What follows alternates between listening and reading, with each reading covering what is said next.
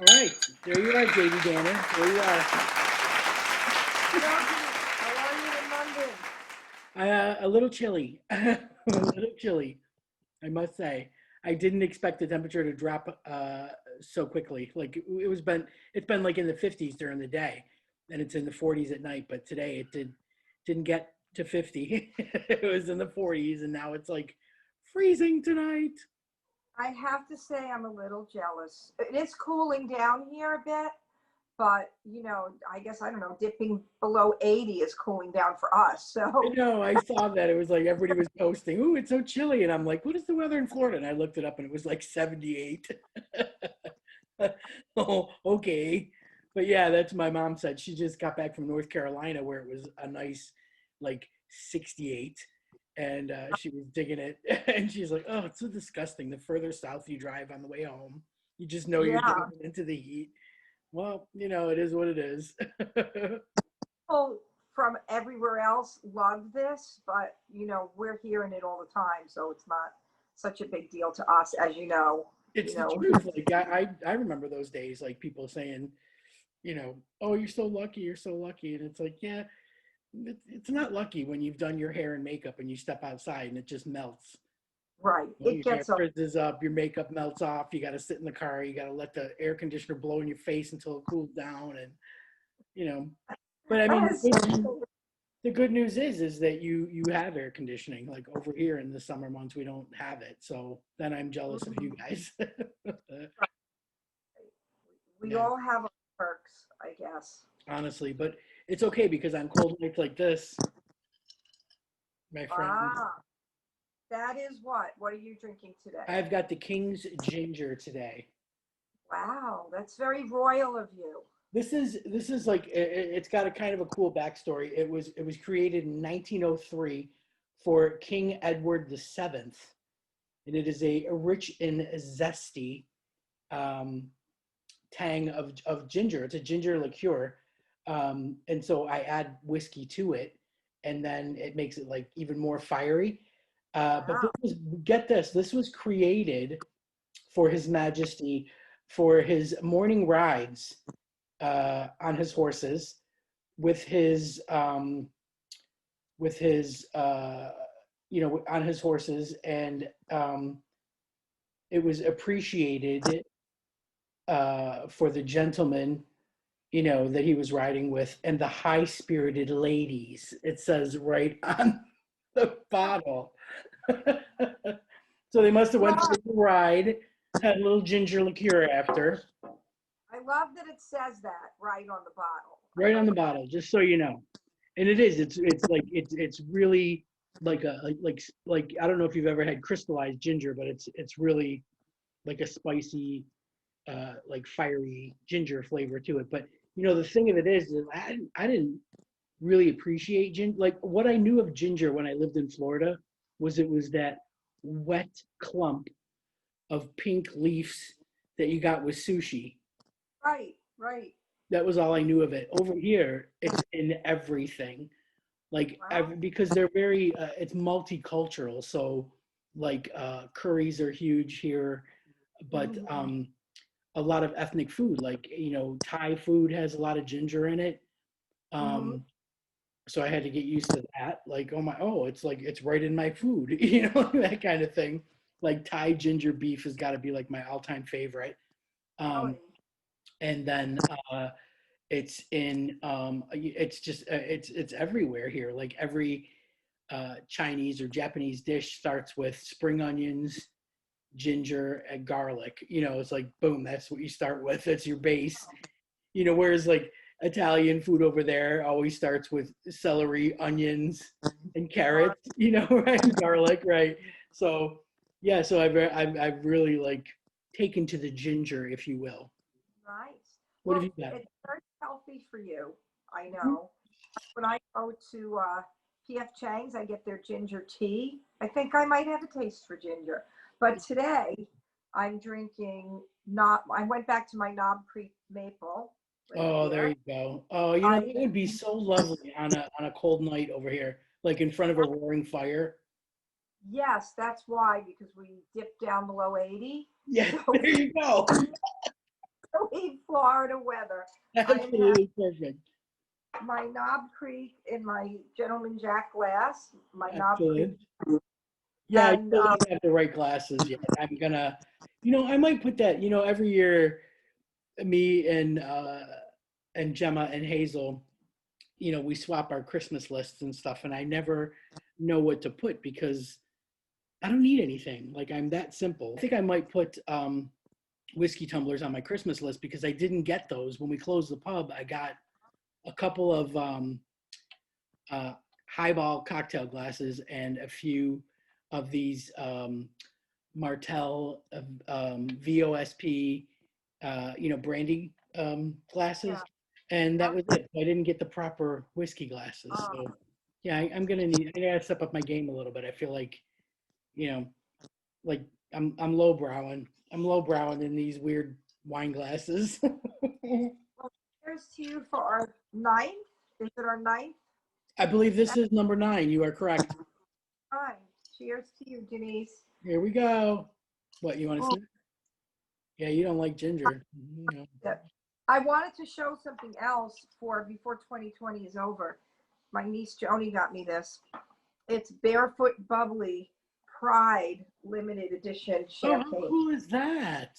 So I am Oh, a Pride wine bottle. I've seen the vodka ones. actually champagne. Nice. For bubbly champagne, and it's the Pride 2020 limited edition. It's got this for those of you listening on the podcast. It's got swirly All rainbow. over it in the barefoot. I haven't opened it, but I think for maybe to start 2021, Yeah, maybe that do. So this is it. yeah, that's the way to go. That is the way to go. Keep it on the bar cart. Hey, you know what? We'll open it for our New Year. Let's open it for your podcast. Yeah, perfect. That's perfect. I don't even think we have. We might. We usually have a bottle of prosecco somewhere, and then we do I well. like Our Christmas morning tradition, since we've been in this house, which will be coming up on year 8, we have Hazel comes over and she brings all the presents with her. And you have to wear your pajamas. That's the first thing. So she has to come over in her pajamas, and she always has her big baskets of big bags of presents. And we make croissants in the oven, and then we have orange juice and prosecco, which is or champagne, which is called Buck's Fizz, otherwise known as a mimosa, but over here they call it Buck's Fizz. So we have that, and then we open our Christmas presents and eat croissants and have tea and coffee and Buck's Fizz, and then she goes home and starts cooking, and then actually I shouldn't say that because usually we do Christmas Eve, I think, dinner over there. So for a Christmas dinner, is it different in England? Do they drink? Do they eat different foods than no, we? it's weird because like every Sunday here they have like they Sunday roast is a big deal. So it's always like, and I remember this from working at the pub because we did Sunday roasts, and it's either beef, pork, chicken, and there's roasted potatoes. And when I say roasted potatoes, these are unlike anything you've ever had. Like they're boiled, and then they're roughed up in a strainer, and then you put them in a pan with hot oil, and you just let them crisp up in the oven. And then there's those big Yorkshire puddings that are like a big puffed up pancake, and Wow. and then they usually have like a couple of sides of vegetables. So that's basically we. As a matter of fact, this week we planned our Christmas menu because we're ordering like a turkey breast and beef tenderloin, and then Gemma's got her vegetarian roast. We picked, yeah, we picked all our sides, and like the cauliflower cheese is really big here. It's just like cauliflower with cheese sauce baked in the oven. That's like a big thing. Um, and we picked all our little appetizers, our starter things, and our picky foods, and our desserts. So I think we've got like a trifle, which layered ladyfingers, Jello, custard, whipped cream, which is really good. And I think, well, this year we're missing the pavlova, which was an interesting dessert, which I'd never heard of, but it's like crunchy meringue with whipped cream and some kind of fruit, and it's all like rolled up. It's actually incredible. This guy Tim, Hazel's bestie, he usually makes it, and he usually comes down with his kids who are her godchildren. But because of all the restrictions and stuff this year, I think it's just going to be us three because we have our bubble. Like over here, Yeah, you have to form bubbles, like right, right. so.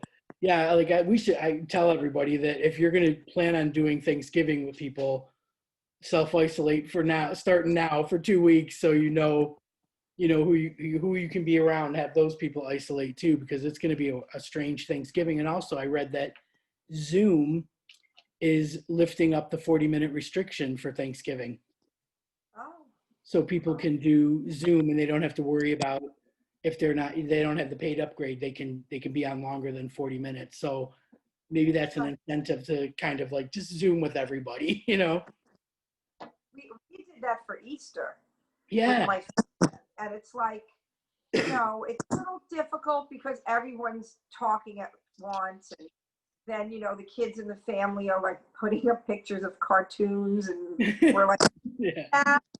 yeah, But it was something we did. We'll get together, just my immediate family. We used to always do, no matter what, Thanksgiving, Christmas Eve, whatever it was, pasta first, some kind yeah, of a course. That's kind of like gone away for Thanksgiving. Actually, you're right. For Thanksgiving, it probably won't be that, right. but definitely for Christmas, Christmas, it's going yeah. Yeah, I find that same thing too. When I was growing up, there was always, we were all stuffed in like one aunt's basement, to be like right. 27 of us, in an L-shaped, card tables and busted up chairs and everything. Um, yeah, eating like pigs for a solid couple of hours. But I mean, those are the best memories ever. Like those are my favorite. And my aunt lived next door to us, and her basement, she had two ovens, and they had the stove top and the ovens and everything. So they used to start making Christmas cookies, early December, like right after Thanksgiving. They were down there making those honey dipped ones Oh yeah. and the cuccinattis. Yeah. So yeah, so those are like my absolute favorite memories. Over here, it's everything's just a little bit different. And then over here, they go big on Boxing Day, the day after Christmas. Right. I It's heard a about. big deal, yeah. But we just end up doing like leftovers and stuff. Like we was just kind of a little bit low key. But yeah, I think everything is going to be a little challenging, a little different. But I think all you can do is just keep an open mind, because, if you want to have a normal one next year, you got to kind of pay the price this year. You do, and I think that everyone I talk to is being very reasonably careful. I don't know too many people that are really being risky going out there. I just got invited to play Arts Garage again, and I just announced that on Facebook. They're doing a give-a-thon, which is, I believe it's like a telethon for the Arts Garage to keep that going, because they have been It's really amazing. that's a really cool idea. That's a really sweet idea that they're Yeah, I mean, kind of trying to keep their funds up. oh yeah, it's amazing that they have sustained through all of this. So they rely on philanthropy, and so they invite some of their artists that have played there, and I'm so excited. I'm the rock artist they invited, and we're doing that first, and that's a safe gig. Like, I'm not playing bars. I'm being careful that way. But you do what you can. I mean, I think Yeah. everyone's being as safe as they can be. And Yeah, I think I'm gonna go with 70-30 over here. Like, I think 70% of people are trying their best, I mean, we're actually in like a lockdown situation where if you can yeah, work at home, work from home, everything is pretty much closed up. Like, the pubs are closed this time, not a bunch of bullshit where you can wow, take away and all that. Like, I just talked to a couple of my friends that I used to work with before my pub closed, and they've all gotten other jobs and stuff. But you know, one of them, the two of them are on furlough. One of them's been let go. You know, it's just, yeah, it's like, it's trying times. And I was just saying this to Gemma. I think that people, you know, and I don't want to get political here, but I do think that people would have a better mindset if the federal government, you know, if they knew another stimulus check was coming their way, like if they knew that they had help, you know, and small businesses had help. So I do think part of the rotten attitude, you know, like I just saw, you know, Cuomo in New York just closed all the schools again, but bars and gyms and everything are open. And that's going to be the next thing that Wow. ends up closing, because he said if they hit 3% positivity Right. rate, you know, things were going to start closing up. So he's making good on it. But I do, and people are rebelling, you know, like I just saw in Germany, in Munich, police turned water cannons on protesters because they were protesting being locked down again. But I think the Wow. thing of it is that people would be okay with a lockdown if there was some federal money coming to them. Like if the feds were, you know, would get real and pass things out. Like the food lines in Dallas are incredible. You know, I saw like some footage of like the rows of cars. It was like miles long, you know, Yeah. waiting for food boxes and stuff. And it's brutal. I mean, and the holidays coming up and everything, like I cannot believe that they haven't passed something. Like the government's just not helping. They're just saying, don't go to work, you know, stay home with your kids. Schools are That, closed. yeah, that's easy to say. You're absolutely right.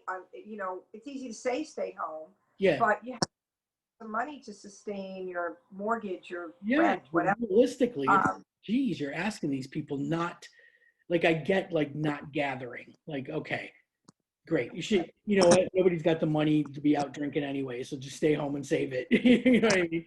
But, you know, like I say, I just like it would be so much easier to to get some kind of control over this, you know, because it's just raging everywhere. Like every time I turn on the news and I see, you know, you know, we're going to hit like 2000, like in the States, it's going to be 2000 deaths, you oh know, yeah, a yeah. day. And that's ridiculous. But I just think in order to get a handle on that, like you have to, I hate to say it, but you got to pay people to stay home. You got to pay businesses to close. You're killing them. I thank God, you know, that we're at least, you know, in a place where we will not be shut down because things need to keep moving Yeah, on the. definitely. So I go through the muck, Denise, and the big puddles and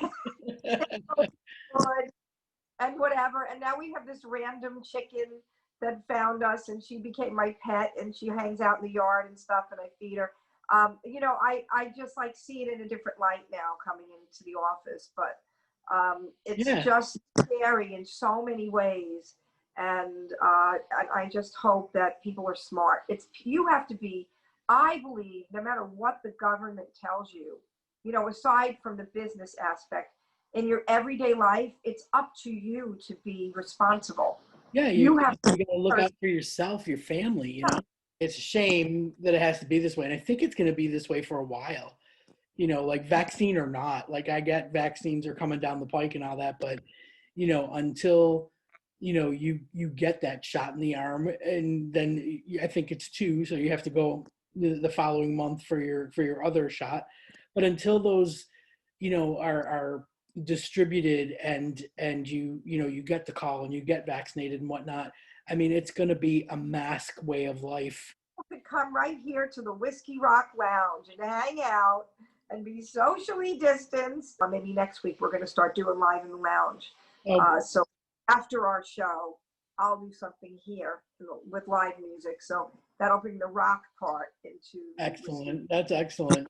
Yeah, you Yeah. know, like you know, we wanted like to create a nice chilled vibe, have conversation about all kinds of different things, you know, welcome all kinds of interesting, diverse guests and whatnot. I think we're getting there, you know. We're 9 episodes in. We're getting there. It's pretty cool. But I posted that we were going to be talking about reinventing yourself because we Yeah. had some conversations about you know how we've changed over the years, you know. And the funny thing is like I thought to myself about this and I thought, you know, I don't know. I think there's been a few um, times in life, like I started out, working for my mother in her restaurant, and then I decided I didn't want to do that, and I left, and I bounced around at a couple of absolutely useless jobs for a while, and then I landed a great gig working for an insurance company, being the facilities manager, which meant I managed the employee dining.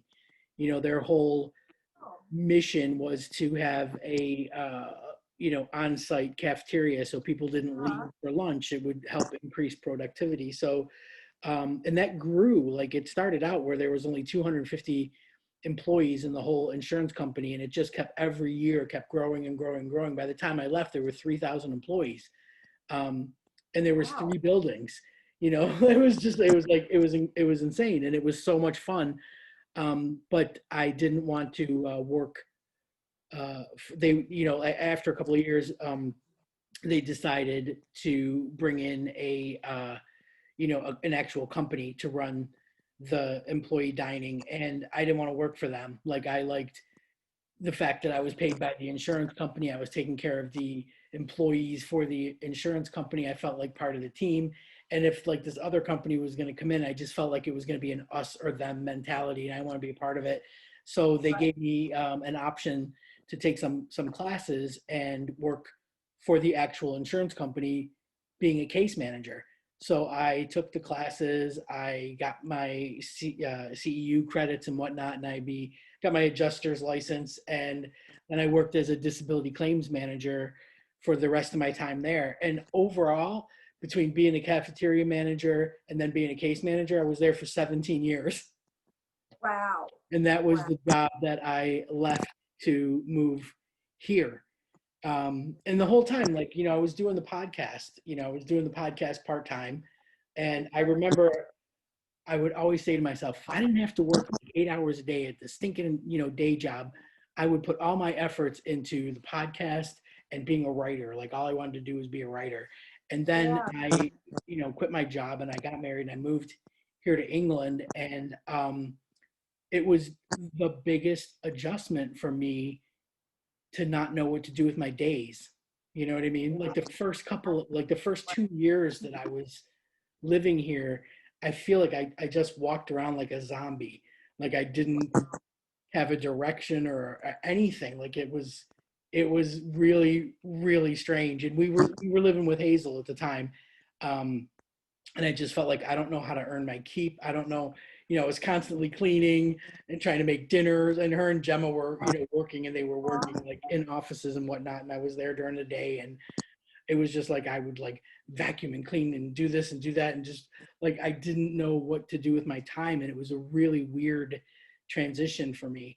And then I just kind of like buckled down and started writing. And I remember you asking me, how long did it take you to write your book? Like 8 fucking years. Wow. Wow. Yeah.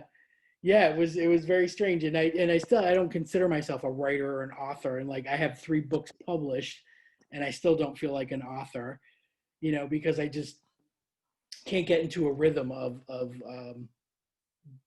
being that person, of doing that every day, you know. So just, it's kind of weird. So I just stick with podcaster. People go, "What do you do?" "I'm a podcaster." That's it. And That's you're it. good at it. Yeah, I mean, like, that was a definite reinvention. And then I think when I came out, like, that was a huge reinvention. Like, I was married at the time to a guy. We both came from big Italian families. I had to, like, literally come out to my husband. You know what I mean? Like, it was, Yeah. yeah, it was weird. So then it was like, what kind of lesbian are you going to be? Are you going to be a big butch? Are you going to be normal? Are you going to be a femme? Are you? It was like, oh my God, like, I didn't really know how to just be myself and be comfortable with it. So there's been a few reinventions and transitions into different chapters of life, I guess we could call them. But yours blew me away when you told me that you were, not only were you an accountant, but you were a Sunday school teacher. I, I can't picture it, Shay. You know what? There's more to that. But my early years, I started out, you say, you know, you started out married to a man in a big Italian family. So did I. And one step further was I was trying to start a family. So that was before I did the music. And I was an accountant.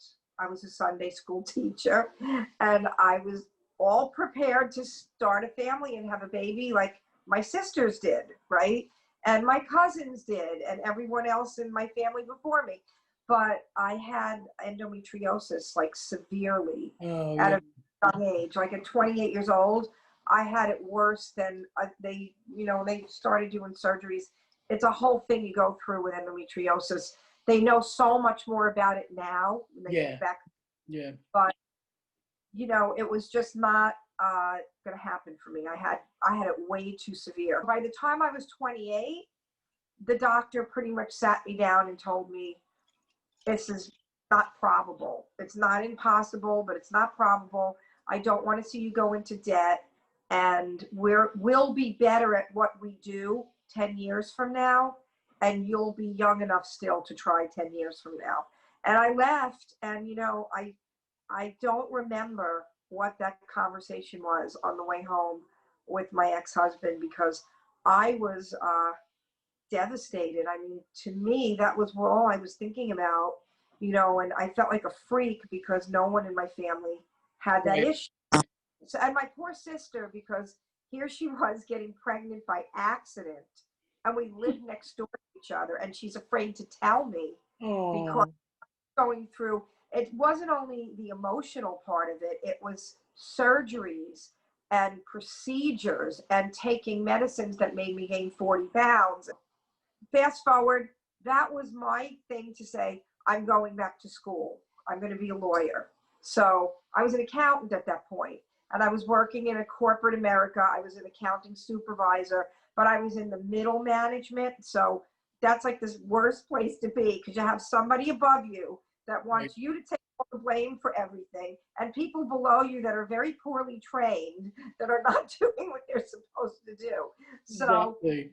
here I am, I'm reinventing, right? But I'm going to go back to school. I'm going to be a lawyer. That's my destiny. And they assigned me to the wrong campus for FAU. So I'm going to night school because I was working during the day. And I must have been all around FAU in Boca, and I could not find this classroom. So the next day, they tell me, oh, they assigned you to the West Palm Beach classroom, not the West Palm Beach FAU, not this one, not the Boca. So there was no I could go there because I was working in Boca. I would never make it in time. You know, this was close, very close to where I worked. That's why it was going to work. So they gave me my money back, and they said, come back next semester. And I just said, by now I'm miserable because, like, you know, like you said, you felt lost. By now I failed at my infertility attempts.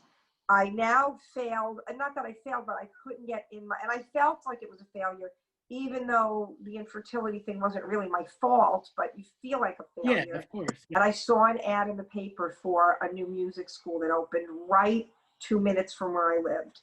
And I started taking vocal lessons. And because that was something I loved to do from a kid. From as a kid, I played guitar, piano, sang, you know, but my mom had a friend who was the girl in the band, and it kind of ruined her life. So my mother never wanted me to take that path. Oh, But no. yeah, and my grandparents saw that in me. And I remember my grandmother telling me, it's in her blood. She's got to do this as a little kid. And my mother saying, I don't want her to live that life because look at what happened to my friend, you know, it ruined her life. And it could. So hence I went the way everybody else did. I went to college, I got married, I was going to have a baby, and, you know, not everything panned out like I thought. So I go to music school, and then I said, my destiny is to play music, not to have a baby, not to have children. That wasn't in the cards for me. And so I started playing my, you know, covers in the bars. And then I decided I wanted to start writing. I just had this feeling I needed to say what I wanted to say in my own songs. And I didn't play the guitar very well at that point, but I played enough to get a melody and wrote lyrics out. And then I went in the studio and I had musicians record for me. And I started playing Pride Fests, and that's when I met you guys. And I That's started right. Yeah. Yes. playing in the, you know, in the women's cafes, the women's bars, and that's when I really, I mean, I didn't really find that part of who I am until I was like 30 something. You know, that, you know what, I need to be on the other team. I didn't Were the really know. Let me It ask was, you this: were the Pride Fest? Did you play the Pride Fest because you were drawn to them, or did you play them because they were available? They were gigs that you could get. it was both. I have to be honest. It was what I found was the gay community was so much more embracing of original music. And I could go and play where all the other bars wanted to hear the covers. Yeah. But I could go into, I played brunch at a men's cafe on Wilton Manors on Sunday mornings. I used to drag my stuff in and play a brunch there, you know. And I found that the gay community was so embracing of new art that that's what started it. But once I was in that world, I really realized who I was. But I was still married at the time. So that was when my struggle started. My struggle, not up until that. It wasn't even a thought in my head. I was so focused on, I have to have a baby. I can't have a baby. I'll be a lawyer. You know, I had all of these things. And it wasn't until that I realized this is who I am and what do I do about it now? We talked about this on your show. I never cheated. I never crossed the line while I was married because I put all of that energy, that trapped energy into my songs. And I think it's evident now when you listen back to my early stuff. I was just gonna ask you that. Like, do you go back and listen to it and be like, oh, It now I was get that it. all about. It was unrequited love. It was the person you can't have. It was, and there were a few women along the way I had crushes on, and I always stayed faithful when I was married. So at least that's something, right? Because Yeah, no, definitely. I was the same way. I was the same way. Although yeah, when we got divorced, my ex-husband and I lived in the same house um, for quite a long time. me too.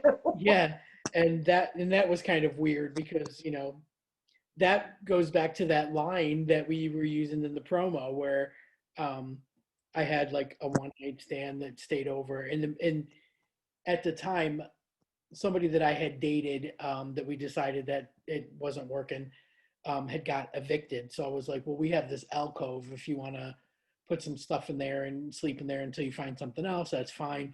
And then in our guest room was my best lesbian friend, Erica, lived there. And then in the other guest room was where I had moved into. And then my ex husband had the master. So he was literally living in like a lesbian Delta house.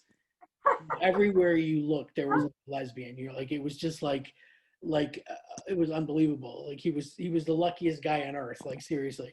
Yeah, um but yes, fine. then I had a one night stand, and then the next morning everybody was at the breakfast table, and my ex-husband came walking in with a big bag of bagels and stuff, and we're all sitting around this huge dining room table. And sure enough, like, my best friend goes, oh, let's play a game. Who here hasn't slept with Denise? It's like she was the only one that raised her hand, and everybody else like choked on their bagel, and it was completely embarrassing. I love that story. It never gets old. That story Never will gets never. old. No, she will go down in Erica will go down in history for that remark, and it was honestly, it's the stuff of legends. It surely is, Denise. It surely Honestly. is. So But you know, we were talking about like all this, reinvention stuff, and for me, like, so I moved to Florida in like 1986. I worked for my mother until I don't even know, like 89, 90. And then I started at the insurance company in 91, and I got married in 94. I got divorced in 98. I moved into my own place around like 1999, 2000. And that's when I was really comfortable, you know, in my own skin. I was out, you know, the whole like, you know, everything, all the dust had settled from that, you know, like the best part is like me and my ex-husband are like best friends, you know, like, Yeah. you know, Yeah. you know, he's like one of the first people I see when I come back to Florida. And him and his fiance are just like, she slipped in without skipping a beat. Our families always mingled together, even long after, you know, and it was just, you know, like I always said, we were meant to come together, whether it was to be married or not. Like we were meant to come together Right. because our Right. families gelled like so well. Like even long after we were divorced, like my mother came to England with Chuck's fiance. You know what I mean? I I get that Layered. because I work every single day with my ex-husband. Exactly. You know, we're still good friends, and the way we split up, you know, I'm not going to go into the whole story, but it wasn't exactly about me coming out to him. We still haven't had that conversation. It's so funny because everyone knew that I did tell when I finally told them. They're like, it was no big surprise to them. They were just waiting for me to say, but Yeah. we just don't talk about it, you know, and we Yeah. work with each other every single day, and we are best friends. It's like you said, I think we were meant to be together. I was in my marriage way longer, 25 years. And and I know he knows, but we don't talk about it. He doesn't talk about the people in his life to me. I know he has girlfriends, and he was living with someone at one point. It's just a little awkward. That for me has still not gotten unawkward when we leave work, like say before Thanksgiving or before Christmas, and we say Happy Thanksgiving, Merry Christmas with someone that you spent Christmas with for, you know, really 27 years, because we dated for 2 years before we got married. To not be with them is still kind of weird. I hate, it's so weird to say that because it's Yeah. been so long. I'm divorced about almost 12 years, and we were split before that, but like you, we lived in the same house together Right. for years. Yeah, So it was, it is. It was a little bit. I mean, we were like I said, I was so fortunate because every Christmas Eve, even after we were divorced, we spent at his mother's. So if I was dating somebody, I brought them to his mom's, and on Christmas Day, it was everybody was at my mother's, and him and Ginger and his family would come to my mother's, and it was like that up until his parents passed away. You know, and well, like you know that's that's yeah, it's just we really did like luck out. Like I have to say, like great. and Yeah, I feel really bad. He's going through some heavy shit right now, and I wish I could be there for him. Like I really hate being this far away. You know, that is the hardest part of living over here is that when heavy shit goes down and you're not there for somebody, no matter how many FaceTime calls or video calls you do, it's just not the same as being there and being able to hold their hand or pat them on the back or go to a doctor appointment. It's just ridiculously hard. It's that's just God. so hard. And That's so God. many, yeah, so many of my trips this year, you know, ended up canceled. I was supposed to come in April. I was supposed to come in September. I was supposed to come in November. I was supposed to come in December. All of it canceled. Oh, oh my God. Yeah. Yeah. So this is God. it's tough, you know, and of course, you know, holidays are super hard and I'm like everybody must get it. Like what you know, you try and teach your like my mother's 74. So video, you know, trying to do a video call with your mom. Basically it's me staring into my mother's nose or her ear because she forgets the videos on. Love it. So I have to be like, Mom, I'm looking straight up your nose, man. So, so it's challenging, you know, trying to teach them how to Zoom, challenging. Oh my God. It You know, but it's worth it. It's worth it to see their little faces, you know, and stuff like that. But yeah, it's I mean, super like, tough. thank God we even have this to do it, because what if we didn't have this? You know, we Yeah. couldn't. I mean, You know, this was like the way like my whole my dating relationship with Gemma was all done on AIM, AOL oh, AIM, yeah, video chat. So yeah, like so you know, we've evolved. Like this is way better than what we had, where you just frozen, have to reboot your whole computer. So Oh, yeah, oh, this is oh, honestly, wow. this is a step up. So I'm okay with it.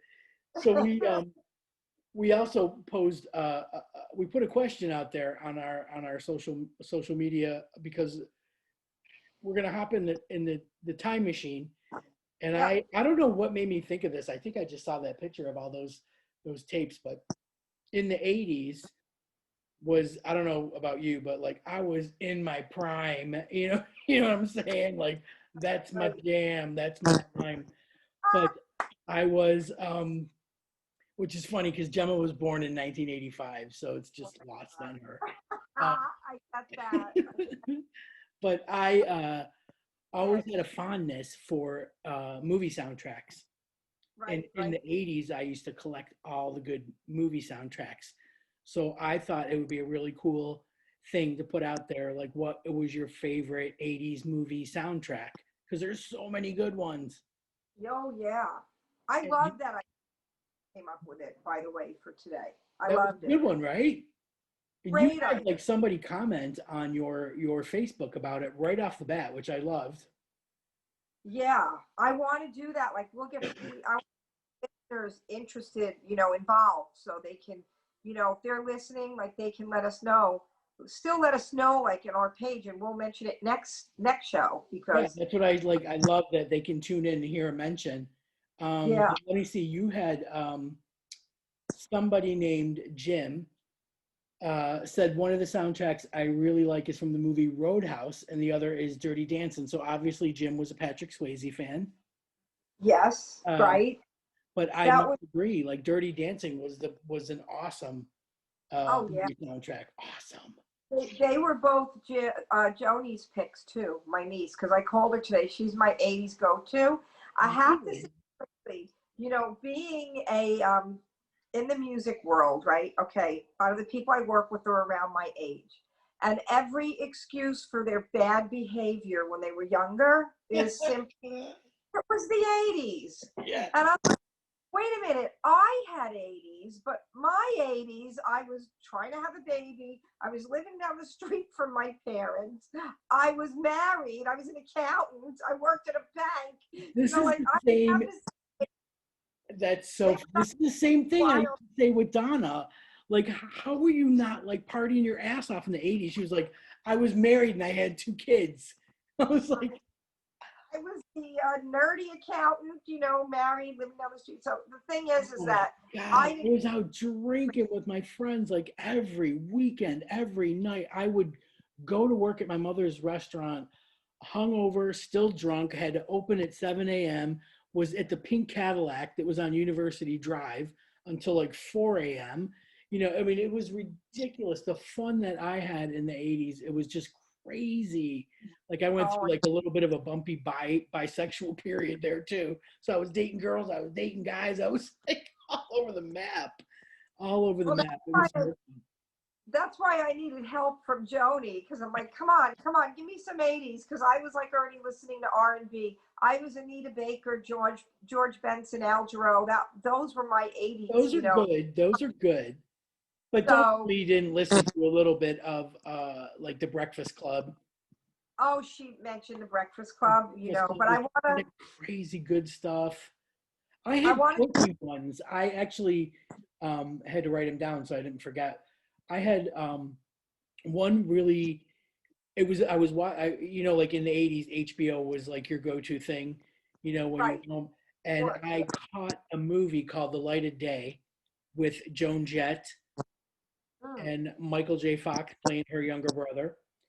And I loved that movie. So I had to go out and buy the soundtrack because I love the song by Joan Jett, Light of Day. It was so good. And then the other one was another like quirky, not really big movie called The Night the Lights Went Out in Georgia with Dennis oh, Quaid and Christy oh, McDonald. yeah, that was a great movie. Yeah. And that was a And, really good soundtrack. Really yeah, good soundtrack. So yeah, I uh, had my quirky, weird ones that I really, really liked. And then I have to say, and I think this was like 1990. so I'm stepping out of that decade. But Thelma and Louise, Thelma and Oh, Louise was one of the best soundtracks. I still listen to it to that day. I put like so much of that music on my phone. It's another really, really good one. It's like, how do you can't really pick. Like I can't can't really. I was looking at the picture that I posted because that had so many good ones in it. Let's see. Do you remember? Like, did you have favorite ones? I did. And well, I want to take a second and thank Jim Battaglia-Roll. I don't know if I'm saying his last name right. He's a great guy. He was in the Air Force. I met him at the Italian Sons of Italy Club in Port St. Lucie when I did something for Forgotten Yeah, I Soldiers. belong to one of those in New And York. Yeah. yeah, and he posted uh, a picture of a mug that one of my mugs, my merch. He's got my CDs. He bought my mug. Oh, So I want to thank Jim for picking the two Roadhouse and Flashdance because I Dirty wanted. Dancing. I'm sorry, Dirty Dancing. I want to say something about Dirty Dancing. Keith Ridenauer. Uh, he has this great story about a friend of his who was a writer. And, you know, when you're a songwriter, you have a library of songs and you try to get it out to wherever, movies, commercials, other famous people to sing. But it's very hard to break through that ceiling. So Oh, his definitely. friend on a cassette, this song that sounded like a 50s song, and Keith got this notice about this movie. But so Dirty Dancing, you know, they don't know. They don't think it's going to be anything. They never know with a movie if it's going to be, people are going to like it. So he says, why don't you send them your song? The song got on the soundtrack, and that guy is still making money. He made a ton of money. It Oh did my make God. Oh, God some bless fame, though. residuals, right? That's like, right. That's like what songwriters kind of like hope for, because Right, every right. time you sell that soundtrack, even though your song might not have been the radio hit, you're going to get residuals for it. Of You're going to course, get. yeah. That was like a crazy story. That Didn't you tell me that there were Grey's Anatomy was interested in a song of yours or no? it was True Blood. I got so Oh, True. close with True Blood. Thank you for mentioning that. We had the contract and everything, but the problem was that we were one of, like, I don't know, 10 songs that they were looking at. So they make the contract first, and then when they pick it, then you do the next step. And we never didn't get to the next step. Ooh, But that's close. Yeah. that was so exciting. Thank you for bringing that up. Oh But yeah, man, that was the good. Dirty story kind of keeps me going. And since I mentioned it like 35 times now, Flashdance was the other show, with the That other was a movie. good one, man. That was a good soundtrack. One of my Yeah. favorite movies of all time. But I loved The Breakfast Club. I loved St. Elmo's Fire. That Oh, was that was oh, another big one. Like just it was those movies that just resonated with you. You know, they stuck with you. Like to this day, I can still like quote lines from those movies. You know what I mean? It's oh, just yeah, like that. They're just iconic. But like some of the lesser known ones, like I did like a little bit of music from Less Than Zero. Um, mhm. that was Robert Downey Jr. one. Um, yeah, there was just I just feel like that was just like the best era for everything. Movies, sound. I used to get this. I used to like um soundtracks that you would never guess. Like I had the soundtrack for Steel Magnolias. I had Oh, the soundtrack yeah. for what was the movie with Julia Roberts? Um I have to no, I gotta like how My do I best friend, not know a Julia Roberts movie? Come on. woman. No, it was the one where she was playing a caretaker for a guy that was dying of cancer. Oh, I don't think I know that one. Oh my God, Dying Young. That was it. Oh, I yeah, yeah, yeah. loved that. That, Campbell Scott, I think, was the guy. I loved that soundtrack. I think that was mostly John Williams stuff, but and Steel Magnolia. So the instrumental um, soundtracks were another big one, and of course, like The Bodyguard. That was Oh yeah. one of my all-time favorites. But yeah, I was like It a was serious like movie soundtrack junkie, big time. well. That Cassettes, was the time to be CDs. one. You were There what? was there was Footloose. I said that was the time to Oh, be one. Footloose. Oh my God. Cocktail with Tom Cruise. Cocktail. Yeah, Uh, Top Gun. Top Gun was another that had a lot of big hits on it. It's Yeah. funny because a lot of your picks, Denise, because I talked to Joni today to like kind of get her feel because she's the 80s, junkie. I knew I liked her. Yeah, yeah, yeah.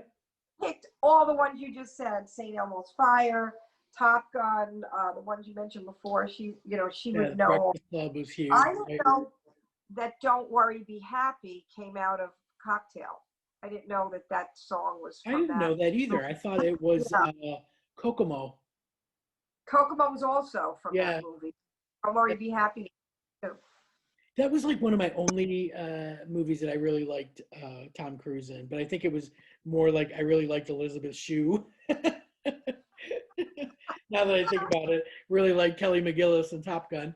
So they really weren't about Tom at all, were they? But yeah, it's Tom yeah, Cruise fan. that's I mean that was such a great era for movies. Like that It was was. just like every time you turned around, there was like a really good movie coming out. Like Coming to Yeah. America. I mean, You know what movie had a great soundtrack it's always on HBO all the time right now is Sleepless in Seattle. I love that old time song, the older songs, oh the yes, class, like I don't know, like it was just all the older stuff, like the music from the 40s almost. yeah, 40s. yeah. I did like there was like some really I I loved the movie Postcards from the Edge with Shirley MacLaine, Oh, and, great movie. Dennis Quaid and Meryl Streep. That was one of my faves.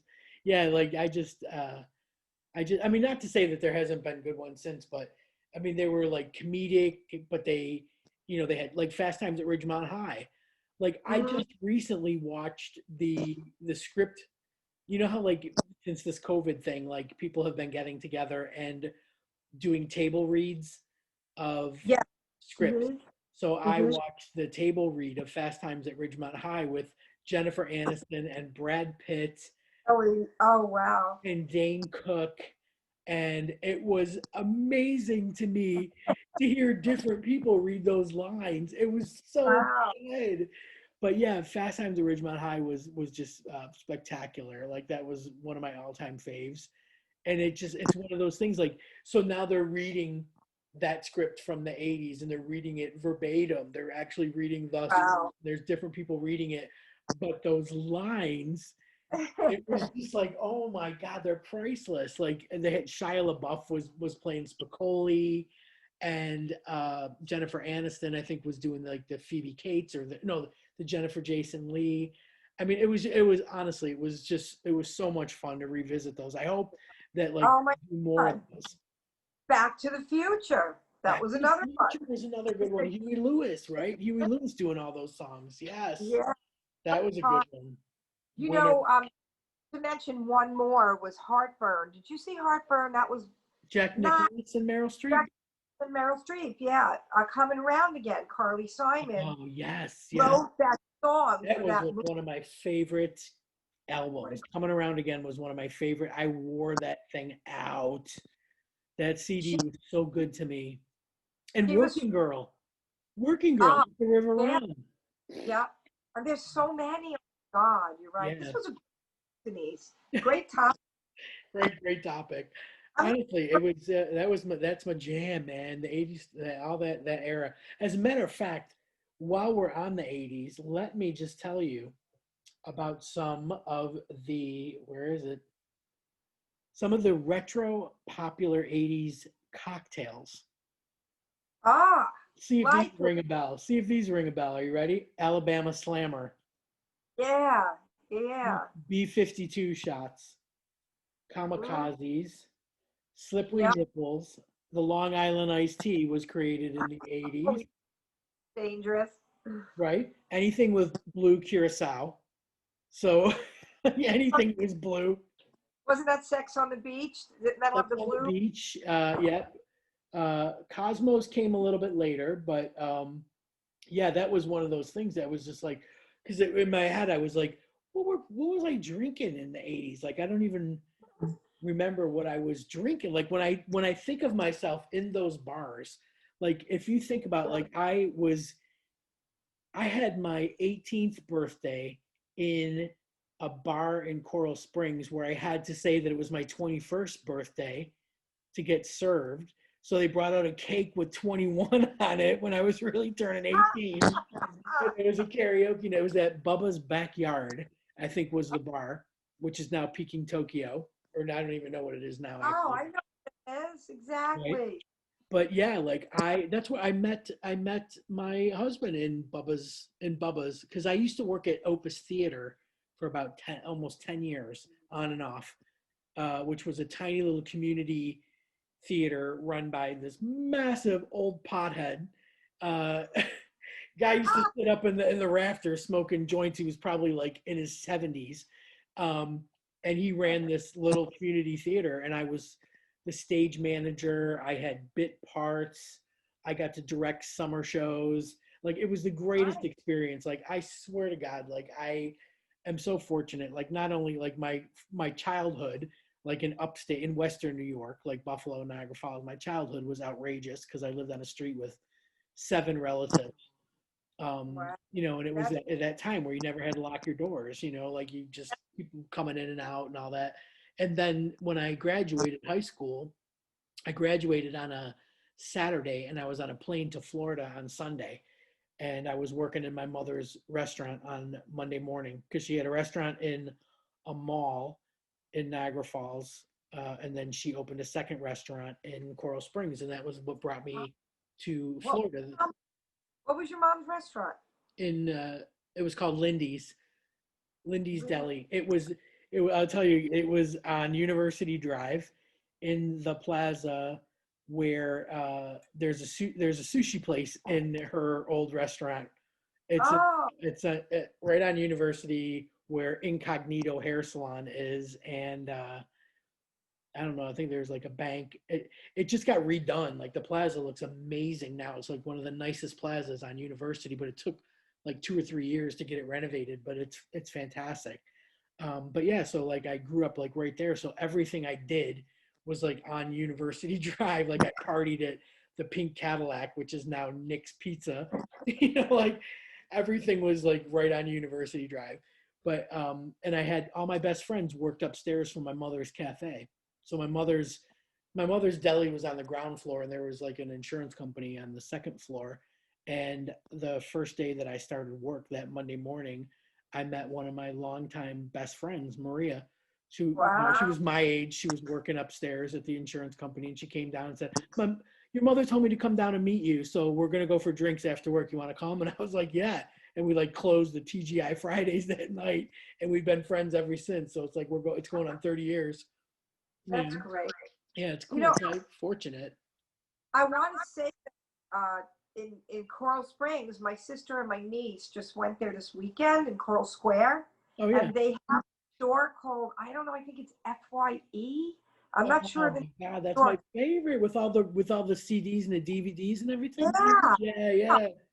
stuff. So since we're talking about that, but I I saw the pictures and I was just like, oh my God, I haven't been there in forever. I didn't even know they were still open.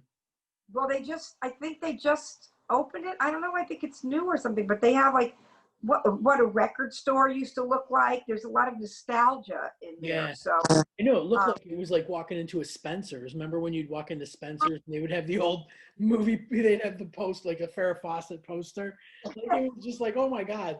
It's like stepping back in time. But yeah, FYE is known for that. Yeah. Oh, that's fantastic, man. I think I want to say, like, for the people listening, at the end of this, let's put some of these songs we talked about as trailing the end when we do the podcast so they can keep listening, like when we post it. And we'll Yes. pick out, not the whole song, but we're going to do a montage. I think that'd be awesome. Like, I Oh, don't know. so fun. Yeah, I don't know. Is montage the right? That's for visual. What's the word? Mashup. Medley. Medley. Yeah, we're gonna do a A medley. medley, yeah, a medley and a mashup of all those songs. Like honestly, Mashup. See, I swear to God, like when you just said Back to the Future, I just thought, oh my God, I haven't said the words Huey Lewis in the news in 25 years. see, do you see how much cooler you are than I am? Like first I say montage, then I say no wait, it's medley, and you go mashup. That's the cool word to say. It's going to be a mashup. I, I I can't be the cool one because I don't leave my house. So, but I have to, you know what? I think the thing of it is that I am on my phone 24/7. Like the other day, I was on my phone and my cat was crawling all over me, and she literally stuck her paw out and put it on my face, like, pay attention to me. Put your phone down and pay attention to me. So I think that's the only way I can kind of keep up with what's going on because Oh, God. it's not going to be through anything here because we're a year behind. Like somebody just said to me, "Oh my God, I'm so glad the Chicago's are coming back. Like Chicago Med, Chicago PD is coming back on TV." And I'm like, "Ugh, we won't get it for a year. Like we're that far Wow, behind." really? I'm But you, watching Days of Our Lives right now yeah, on the old Sony channel, and it's from 2 years ago. wow. But Because everything you can you see have the date that it, music. like things first aired. Mhm. So you think you're watching something new until you go into the description and you realize that it aired in 2018. Oh my God. But like you get your new British shows, right? So you Right, we watch. yeah. No, we always have like I mean that's one thing is British comedy is unlike anything. Like there have been some shows here that and I shouldn't just say comedies because there's some fantastic dramas like and I know that they've made their way over there because I see people talking about Broadchurch was like a really fantastic one, and Line of Duty.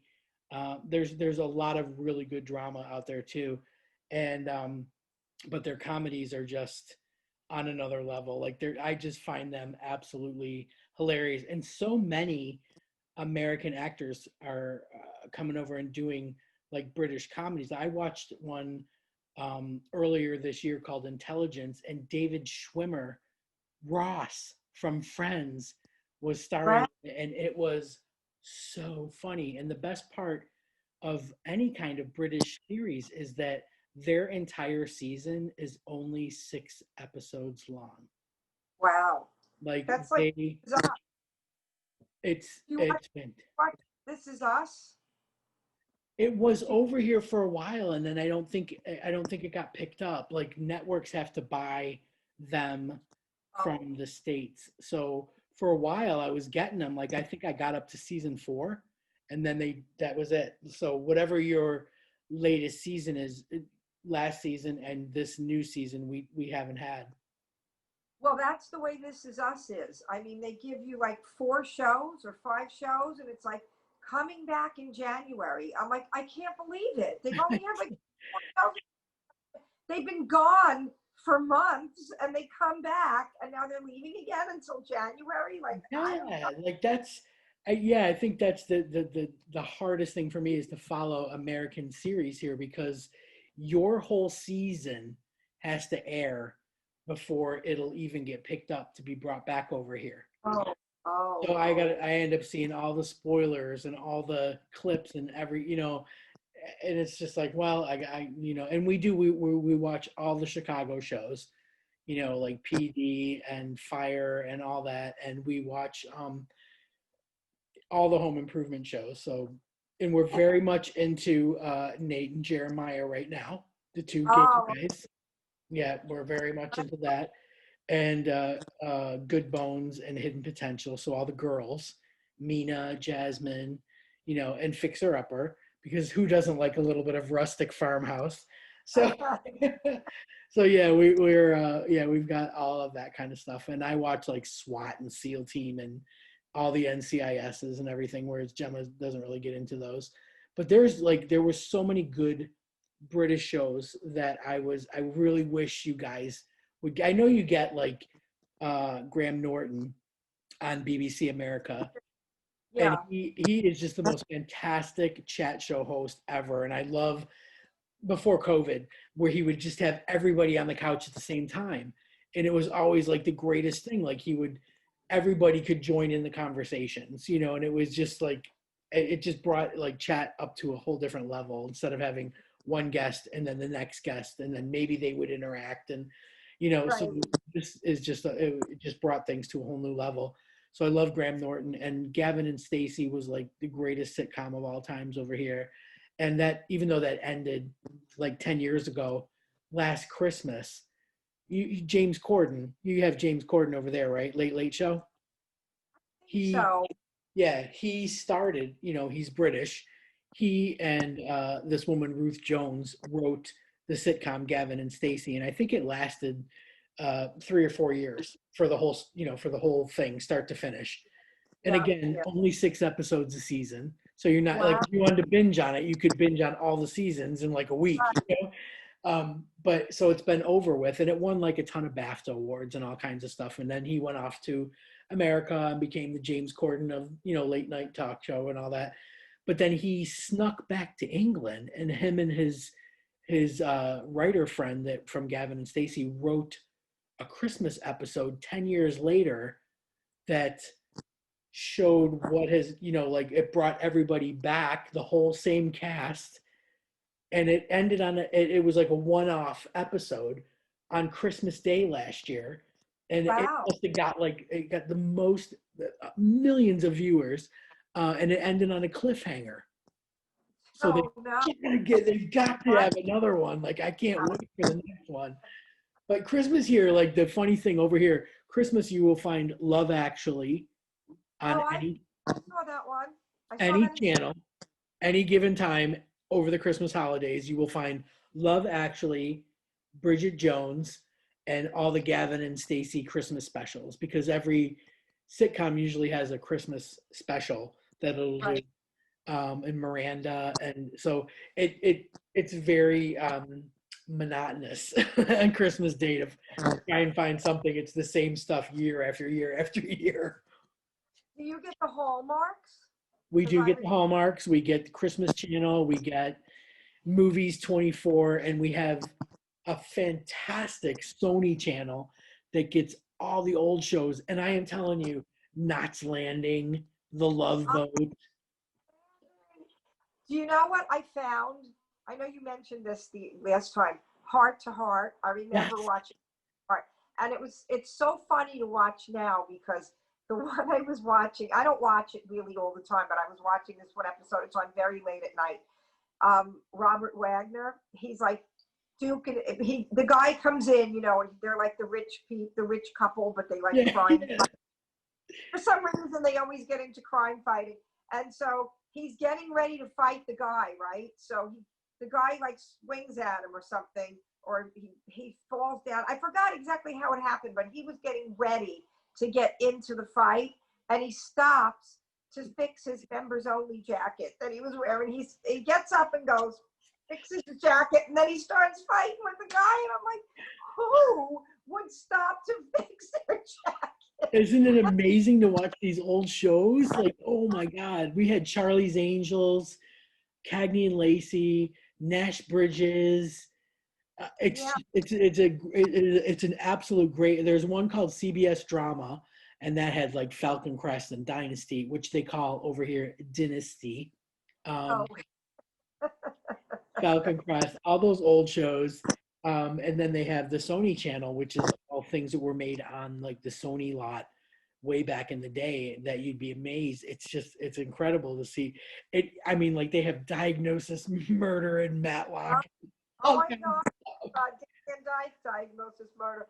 But you know what was so funny? Just to go back to the thing where he fixed the members only jacket. I just can't believe it. First of all, that it was a members only jacket, but the way he fixed his jacket first, members only. guy. Like, who edited that? Like, the person editing it, wouldn't you just take that part out? Oh, it's so fantastic to watch this shit. We so innocently watched back then. We didn't question that stuff. Nothing, nothing. With no Now, internet, you just had to rely on what you were watching on TV. Like we just binged the absolute shit out of The Crown, because it comes here first. Like, so on Netflix, Yeah, we've yeah. watched all, this is season 4, and this is the Diana years. So the actress that played Princess Diana is just unbelievably believable. Like, it's incredible how much she looks like her, the mannerisms, the clothes. Wow. And it's been like that like all throughout. Like every time, every season kind of covers like anywhere from like 5 to 10 years. Um, so this is these are the Diana years and the Margaret Thatcher. Gillian Anderson playing Margaret Thatcher it's just absolutely incredible. But the whole time you're watching it, here's the difference. We're in 2020, right? So the whole time we're watching it, we're like, did that really happen? Google, Google, Google. Up to, did they really bomb? Like Lord Battenberg died by like the Irish army blew up his boat. Like blah, blah, blah, blah. It really happened, and we would announce it, or we would look up like an event that they said that they were going to, and we would be like, oh my god, look at the dress. It's the same dress. It's like it was like we watched it with the phone in our hand, like to fact check. You know what I mean? Like we didn't have that luxury when we were watching Charlie's Angels. We didn't have that Oh, luxury when we were watching Heart to Heart. But got yeah, it. that's the difference. Now you can just like look something up on Wikipedia and see what happened. Right, right. Yeah, I think I like the age of innocence a little bit too, you know, oh, when you could just, definitely.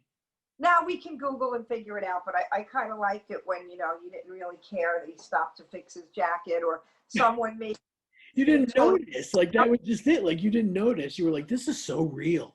You know, you know what I mean? I have a members only jacket. He's got a members only jacket. This is so real. He was very cool with the members only jacket back then, but it was So just cool. funny. We watched, we didn't question. It was Not at just all, so, man. so I had a even when maroon one. I had a maroon members only jacket. I think I might have had one too. I think I had a brown one. But One Day at a Time was on, the original One Day at a Time, because they remade it now in a Yeah, Latino. I love the new one. But yeah, the old ones were. It's like we're watching it, and Gemma's like, What do you mean this is based on another show?" And I'm like, "Oh man, I, never I, mind." I know that feeling, Denise. It happened to Painful. me with Cinderella because I remembered the Leslie Ann Warren Cinderella. You remember Oh that? yeah, yeah. It was like, oh, I found Cinderella, the Leslie Ann Warren Cinderella. I found Whitney Cinderella. Oh my So, God. Yeah, like honestly, it's yeah, that just honestly, I'm telling you, the 80's were fantastic, man. Television, movies, soundtrack, music, you name it, partying. yeah, it And was I a know there's time. people out there that are gonna fight me on this, like, but you know what? Come at me, 90s, come at me, 2000s. Well, we have those channels, we have those music channels. There's nothing compares. I'm telling you. The other day I was watching. There's a 70s music channel over here, and Love is in the Air, John Paul Jones, Loved it. right? The video was on, and I'm like, I what is even happening? Is that what he looked like? Like I did no I reference of who John Paul Jones is or what he looked like, you But know, over here, they have a channel called Sky Arts, and they play concerts. I just watched like an ABBA concert from I don't even know, probably like 1979, 1978. And it was just like, I'm newly obsessed. I was obsessed with Mamma Mia. I was obsessed with Mamma Mia 2 in the movies, like all that music. But to watch the actual concert and the energy, there was an oh, Earth, Wind, and Fire concert on. There's been Fleetwood oh my Mac, God, there's I been love that. Queen. They had played like bits of Live Aid in July. They played like a Live Aid whole kind of compilation of all the music from Live Aid. Like I will never forget that day. Like my mother's restaurant in the mall in Niagara Falls was across from a store called AM and A's, which would be like a Sears. And we were like waiting on customers and stuff. And then when we had our breaks, we were trading off like, I'm gonna go across to the department store and watch bits of Live Aid.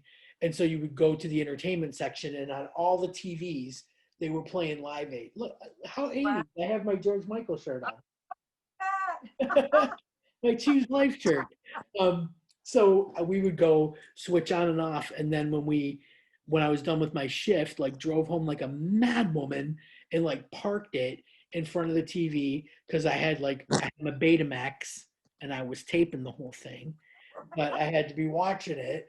So I was like, I just remember watching that entire concert, and so when they were playing the clips of it, it was just insane. Like it was the best stuff. And they have like such good music channels over here and arts channels. Like I have to give credit where credit's due. They do like discovering film where they give you the background of all the famous film stars and everything and their whole, like their filmology basically, like the whole thing. And it's just like it's incredible. Like I've learned so much, like just watching some of these channels. Like everything's a bit educational over here. I think I've told you that before.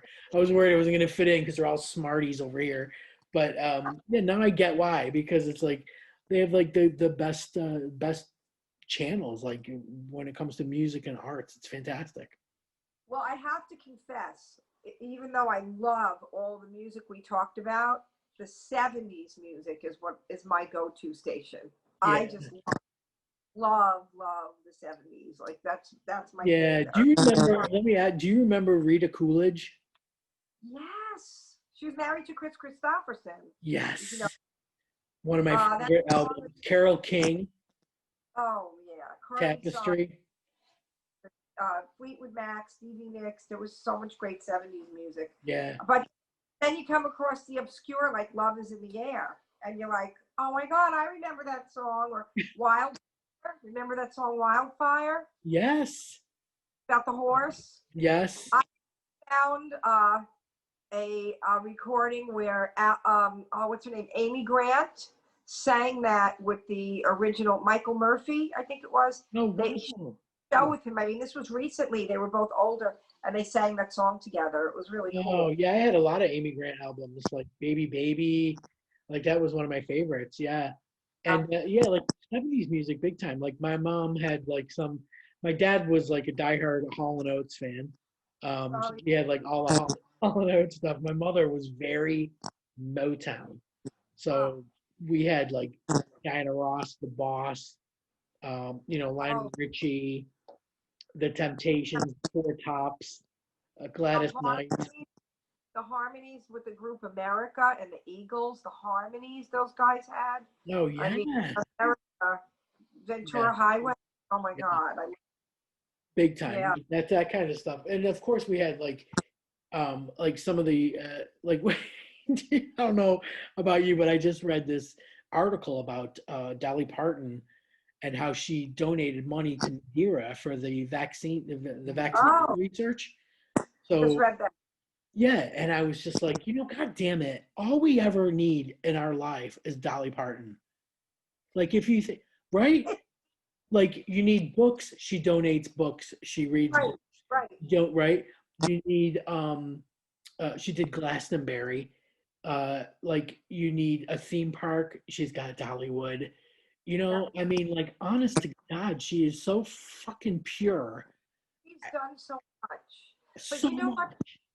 You know what, Denise? I always said back in the day when I was younger and trying to make it, like, if I ever got to make it to where I dreamed to be, in that level, maybe not Dolly, but up there, Right. I would not have been the person that needed to show off 20 beautiful houses all over the world, my fancy cars. I would have been the Dolly who opened the hospital where no one has to pay to go to, and the animal shelters, and if someone needs money for medicine or chemo or whatever, I would want to like send my people out to find those people that needed that. Yeah. Like I would have been so I'm a philanthropist at whatever level I could be at now, but if I had the means, like to have made it with my music to where I dreamed of, I would have been that person, Yeah. you know? Like it's just stunning. Like Well, you need kids to write a bedtime story. She's reading yeah, them during this pandemic, you know? Like it's just amazing to me. I watched a special with the guy that sang for AC/DC, uh, yeah, Brian Jones. Is that his name? yeah. Brian Jones. He traveled all over like America and he talked to different musicians. So he talked to Billy Joel.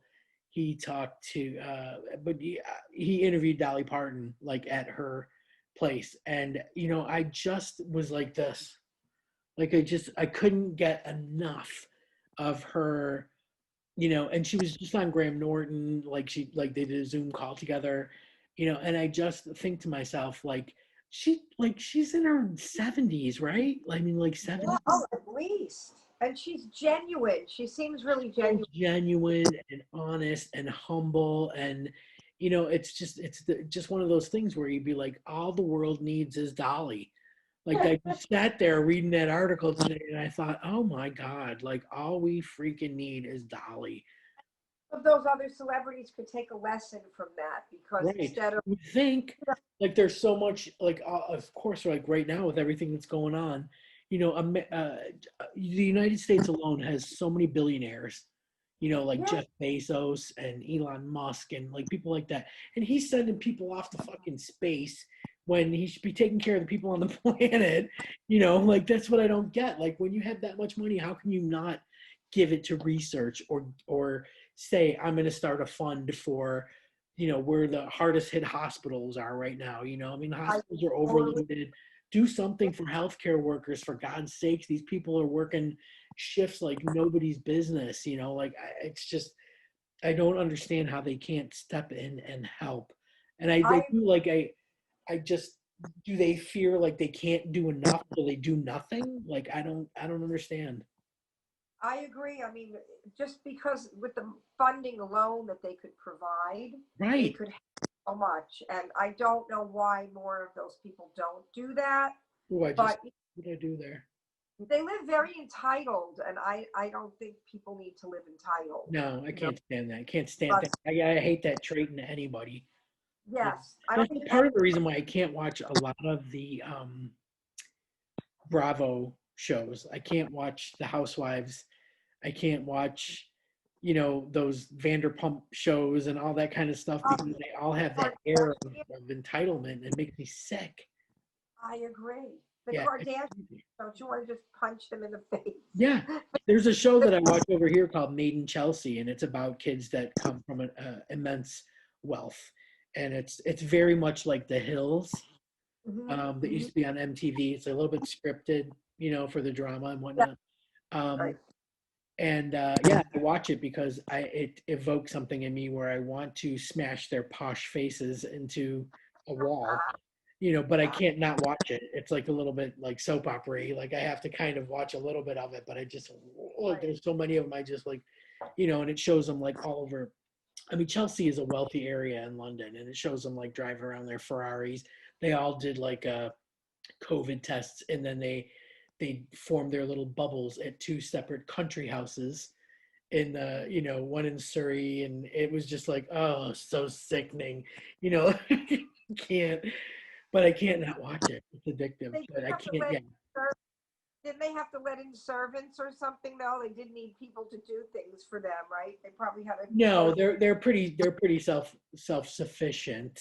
Oh, You know, okay. basically about their love lives and their entanglements and all their trivial bullshit. But yeah, it shows like some of them doing an internship.